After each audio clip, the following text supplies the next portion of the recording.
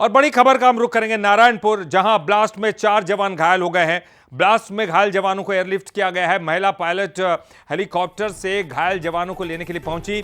अबूझमाड़ के मोहंदी में नक्सलियों ने ब्लास्ट कर दिया था। सर्चिंग से ये फोर्स लौट रही थी, उसी दौरान नक्सलियों ने ये विस्फोट कर दिया, उसमें घायल हो गए हैं। इनको हेलीकॉप्टर से एयरलिफ्ट किया गया है और जवानों को लेने के लिए महिला पायलट वहां पर पहुंची। देखिए, आपको तस्वीरों में दिखा रहे हैं, इसी हेलीकॉप्टर से एयरलिफ्ट किया गया इनको। महिला पायलट जो पहुंची थी यहां पर और यहां से जवानों को एयरलिफ्ट करके ले जाया गया है। तो ब्लास्ट हुआ था जहां सर्चिंग करके फोर्स जब वापस लौट रही थी, उसी दौरान ट्रैप में फंसाकर वहां पर ब्लास्ट किया गया था। और ऐसी तमाम चीज़ें हम अक्सर देखने को मिलती है जब फोर्स वापस लौटती रहती है, उसी दौरान कहीं ना कहीं नक्सलियों के द्वारा बनाए गए जाल में फंस जाते हैं। और ऐसे में देखिए, और रजत वाजपेयी इस वक्त हमारे साथ जुड़ गए हैं। ज़्यादा जानकारी के लिए हम उनका रुख करेंगे। रजत, क्या कुछ जानकारी, क्योंकि अक्सर हमने देखा है कि जब भी सर्चिंग से वापस लौटते हैं फोर्स, जब वापस लौटती है, और ऐसे में वो ट्रैप में आने की संभावना ज़्यादा बढ़ जाती है।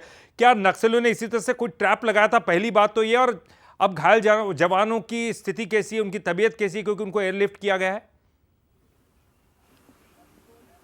जी देखिए ललित जी, जो घायल जवानों के रेस्क्यू का जो काम है उसमें मौसम का अड़ंगा है। एक बार हेलीकॉप्टर जो है वो नारायणपुर से उड़कर मोहंदी की ओर रवाना हुआ था और ख़राब मौसम की वजह से उसकी लैंडिंग नहीं हो पाई। सेफ लैंडिंग जब नहीं होती देखी पायलट ने, तो पायलट वापस जो है वो नारायणपुर लौट आई और अभी एक बार फिर से कोशिश की जा रही है। नारायणपुर से एक बार फिर से चॉपर टेक ऑफ किया है और ये कोशिश है कि मोहंदी में उतरे। वहाँ 4 जवान जो हैं उन्हें मामूली चोट बताई जा रही है और 2 जवान जो है वो गंभीर रूप से घायल हैं। तो पहली प्राथमिकता जो है वो दोनों घायल जवान हैं जो जिन्हें गंभीर चोटें आई हैं, ताकि जितनी जल्दी हो सके नारायणपुर के जिला हॉस्पिटल उन्हें लाया जा सके, जहां उनका प्राथमिक इलाज हो सके और इसके बाद हायर सेंटर रेफर करने की उन्हें तैयारी की जा रही है।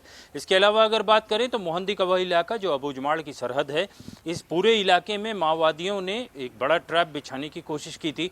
2 दिन से जवान जो है उस पूरे इलाके में एरिया डोमिनेशन करने के लिए रवाना किए गए थे और आईटीबीपी के जो जवानों की जो टुकड़ी थी वो माओवादियों द्वारा किए गए इस विस्फोट की जद में आई है।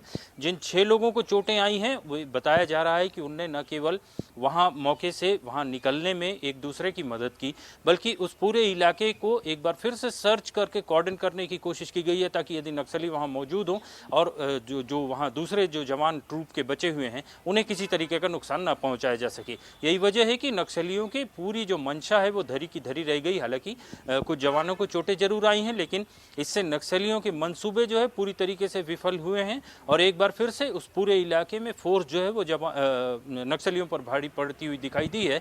मैं आपको बता दूं ललित जी कि ये वही इलाका है, मोहंदी और नेंदुर, ये दोनों की दूरी जो है बहुत ज़्यादा नहीं है और यही वजह है कि फोर्स जो है पिछले समय में जो बना हुआ दबाव है उसको कायम रखते हुए नक्सलियों को डोमिनेट करने की कोशिश कर रही है और इसीलिए पिछले 2 दिन से पार्टी उस पूरे इलाके में सर्च कर रही थी। ललित जी, शुक्रिया रजत जी, इस पूरी जानकारी के लिए। आप